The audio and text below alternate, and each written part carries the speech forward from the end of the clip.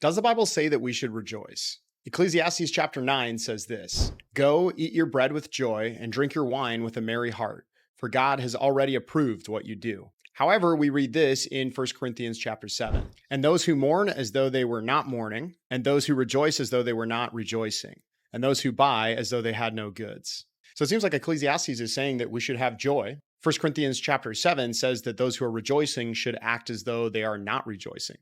While these verses might seem to contradict at a very surface level, we're very quickly going to find that they not only don't contradict each other, they're actually making the same exact point. We're going to start by understanding what Ecclesiastes is actually saying. Then we're going to look at what 1 Corinthians is actually saying. And lastly, we're going to talk about how both of these passages are making the same point. So with Ecclesiastes, it's really important that we understand the purpose of this book. If we don't understand the purpose of it, there's some really confusing verses in it. For instance, if you were walking in the mall and you saw somebody with this verse on their shirt, you'd probably be confused. And I commend joy, for man has nothing better under the sun but to eat and drink and be joyful. For this will go with him in his toil through the days of his life that God has given him under the sun. If you just saw Ecclesiastes 8:15 with no other context, you'd think the Bible is saying there's nothing better in life than to eat and drink and have joy. But we know that that's obviously not true. However, once we understand what Ecclesiastes is actually doing, this verse makes perfect sense. The book of Ecclesiastes is an amazing book, and it's wrestling with the idea of what is the purpose of life. If the same things happen to good people and to bad people, if the same things happen to the wise and the unwise, what's the purpose of living? When we're trying to find meaning in work or human wisdom or pleasure, we're going to ultimately find that these things come short. They don't really make us fulfilled. These are the sorts of ideas that Ecclesiastes is wrestling with. There's two phrases that we're going to see throughout the book. The first one is this phrase, under the sun, which essentially means life without God, like just from an earthly perspective. The second phrase we're going to see is this word vanity, which is to show that life under the sun, life from just an earthly perspective, is vanity. It's meaningless. It's like a vapor in the wind. It's kind of all around us, but we can't really grasp onto it. And the whole book of Ecclesiastes is building this case that life without God is meaningless. Even though this book was written thousands of years ago, it couldn't be more relevant to today. We still ask these questions. We still wrestle with what is the meaning of life. And the book of Ecclesiastes helps us to understand and give us some answers to this question. So this is an important thing to remember as you're reading through the book of Ecclesiastes, is that it's wrestling with these questions.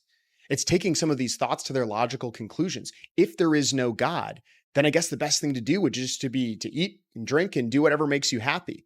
Because at the end, this is all meaningless. So when we're reading Ecclesiastes, we have to see it through the lens of the ultimate point that it's trying to make. And we find that at the very end of Ecclesiastes in chapter 12. The end of the matter, all has been heard. Fear God and keep his commandments, for this is the whole duty of man. For God will bring every deed into judgment with every secret thing, whether good or evil. So after wrestling with the meaning of life, the entire book, the author concludes, our whole purpose in life is to honor God and obey him. And this is really important to understanding Ecclesiastes because we have to read the book through this lens. With all that being said, let's go back now to Ecclesiastes chapter 9. Go, eat your bread with joy, and drink your wine with a merry heart, for God has already approved what you do. Let your garments be always white. Let not oil be lacking on your head. Enjoy life with the wife whom you love, all the days of your vain life that he has given you under the sun, because that is your portion in life, and in your toil at which you toil under the sun. Hopefully the phrase under the sun and vain stood out to you because, again, these are themes throughout the book of Ecclesiastes. The author is drawing the logical conclusion that if this life is all there is, then eat, drink, wear garments of white, put oil on your head. These were all signs of comfort at the time. Live your best life now because that is all there is. Of course, this isn't what Ecclesiastes is ultimately building to. We read that in chapter 12, where Ecclesiastes says the ultimate goal of life is to honor God.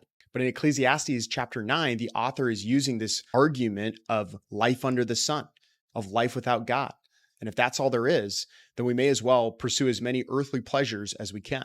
This is why it's so important to remember the context of Ecclesiastes, because without it, you can get some verses that look like the Bible is saying something way out of left field. However, when we realize that this is the author wrestling with these arguments, but not endorsing them, it makes a lot more sense. And we learn that the ultimate point of Ecclesiastes is the complete opposite.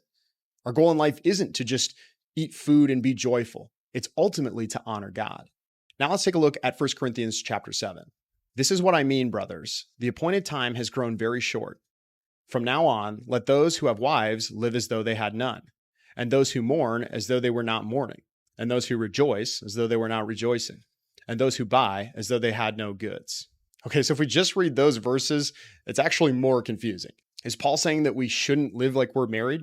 Is he saying that we should never rejoice or mourn? Of course not.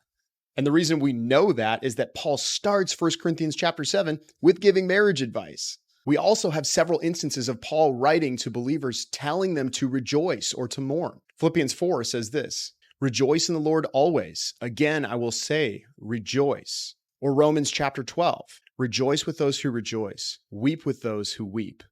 So clearly, Paul is not saying that we actually shouldn't live like we're married or we shouldn't ever rejoice or mourn. But then what does he mean by these verses?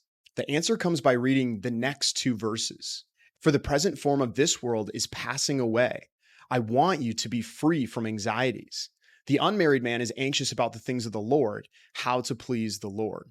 So Paul's point is that this world and everything in it is passing away, which is really hard. So much of my life is consumed with this world, the things that I can look around and see, the people I talk to. And yet, at the end of the day, this is all going to pass. We need to remember to live in the light of eternity.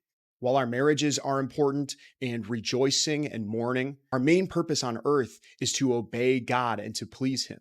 So of course, Paul isn't saying that we should completely live like we're not married. I mean, he literally gives marriage advice at the beginning of the chapter, but rather he's saying these things should not consume us. Our first and most important goal in life is honoring God.